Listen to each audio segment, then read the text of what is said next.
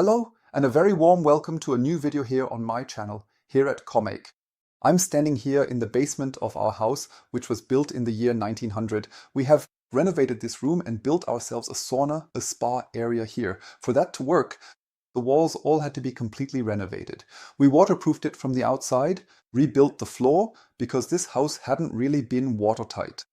It doesn't have a proper foundation. The rooms have become much drier, but they are still damp and the room isn't really heated. For this reason, I want to install an air conditioning system here in the basement, specifically this one. In this video, I want to show you how you can basically install an air conditioner and also get to the bottom of the question of whether it's all worth it, whether it pays off. Can I use it to permanently dehumidify my sauna, my damp room down here? Simply get the air dryer and dry out the walls. And can I also run a cost-effective heating system here? If you're interested in that, then definitely stay tuned because that's exactly what this video is about. Before I show you how I position the indoor unit of the split air conditioner up there on the wall, make the breakthrough and connect the hoses to the outdoor unit. Here's a brief look back at the history of this room. This used to be an old wash house, without insulation, without special measures. The walls are also relatively thick, between 60 and 36 centimeters. There's no proper foundation here. The entire house is 125 years old, or even older, and was simply built on a sand and gravel mixture. Moisture can simply pull up from below. This is made even more difficult by the fact that the property is a kind of clay pit. When it rains a lot, the water collects and just pulls up the walls. To prevent this, the walls were all waterproofed from the outside. Drainage was laid, and I also installed a new horizontal barrier down here in this area above the base tile using injection cream. If you want to know how I did that and if it paid off, take a look at the top right corner. I'll link the video on that topic there. Additionally, we've plastered an infrared foil into this gray area. These foils can be plastered onto the ceiling, under the tiles, or even onto the wall. With infrared radiation, everything that is targeted is heated. This means that whenever the heating is on, the wall is heated and pushes the moisture away to the outside. I always do this with my automatic circuit. When my PV system produces a surplus, then the thing kicks in. Otherwise, it's off, because the power consumption would simply be too high for me in the long run. The measures I've taken so far have definitely paid off, in my opinion. You can see the measured values written on the wall that I recorded here a few years ago. If I measure again today, originally 64 units, currently I'm at 48. I originally had 70 here, it went down to 44. Or here on the far edge from 57 down to 46, 45 units. So the drying process itself is working, but at 77% humidity and 10 degrees, the room is still very cool and somehow it's also damp, and I want to counteract that. That's why I'm installing an air conditioning system. But why install an air conditioner in the sauna area?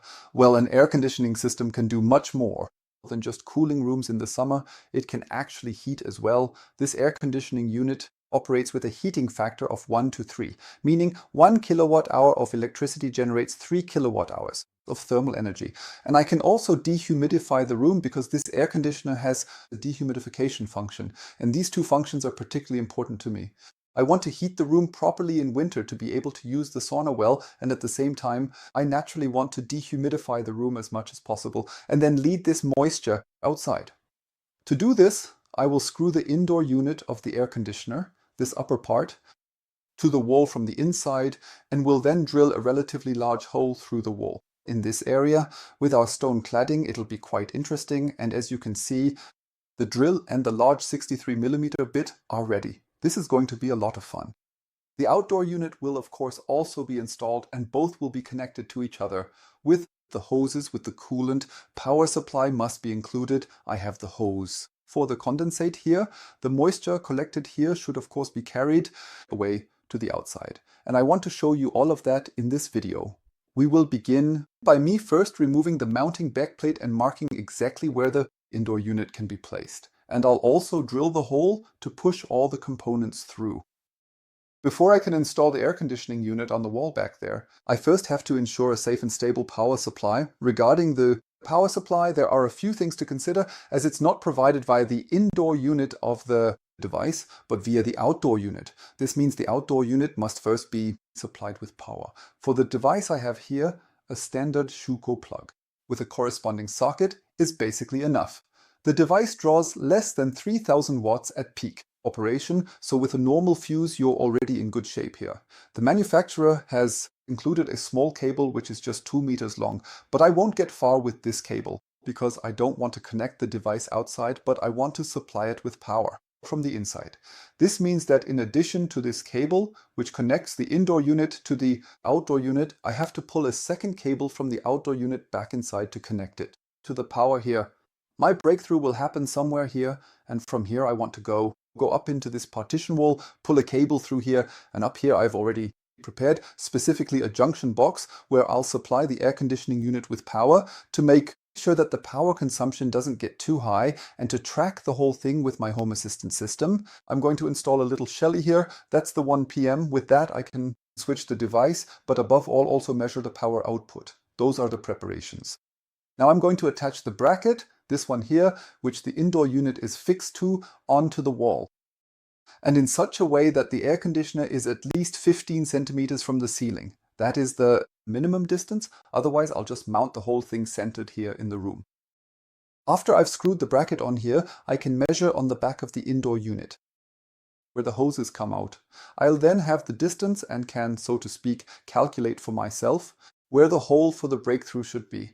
The breakthrough must be at least 55 millimeters for this model. The drill bit I have is 63 millimeters, so it should definitely be enough. The whole thing with a slight downward slope away to the outside so that the condensate, the water that collects, can drain away nicely and doesn't run back inside and maybe here into drips into the room here.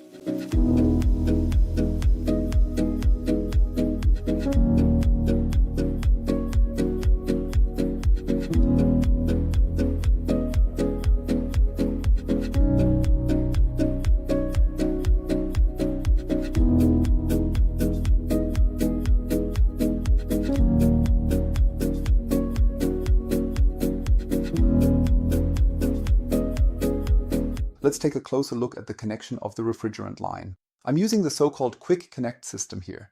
This means that the lines that I'm using here are already evacuated. There's no more air in there. There's no more moisture in there. The lines can be connected directly, and I can let the refrigerant, which is already pre-filled in the outdoor unit and is already pre-filled, simply flow into the circuit. No vacuuming, no vacuum pump and the like. At least that's what the manufacturer promises, and that's also the feedback from many other customers who already use this system. You see the two connections are color-coded, so you can't mix the whole thing up. And if I just open the protective cap here, you can also see this closure here, which ensures that there's no air in this component, that there's a vacuum in there.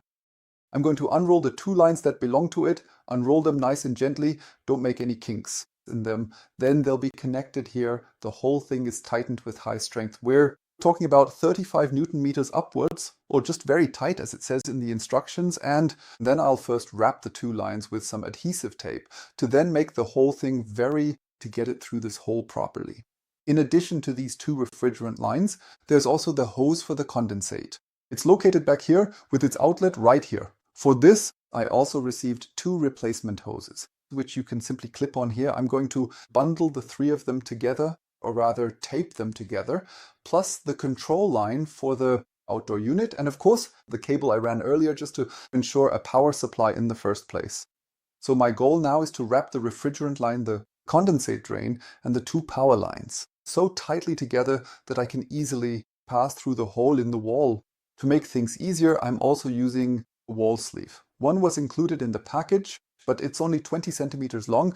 That's not really what I need here. Instead, I got a longer one that I can use here, and the special thing about this version is the outside. You can see the opening for the two refrigerant lines here.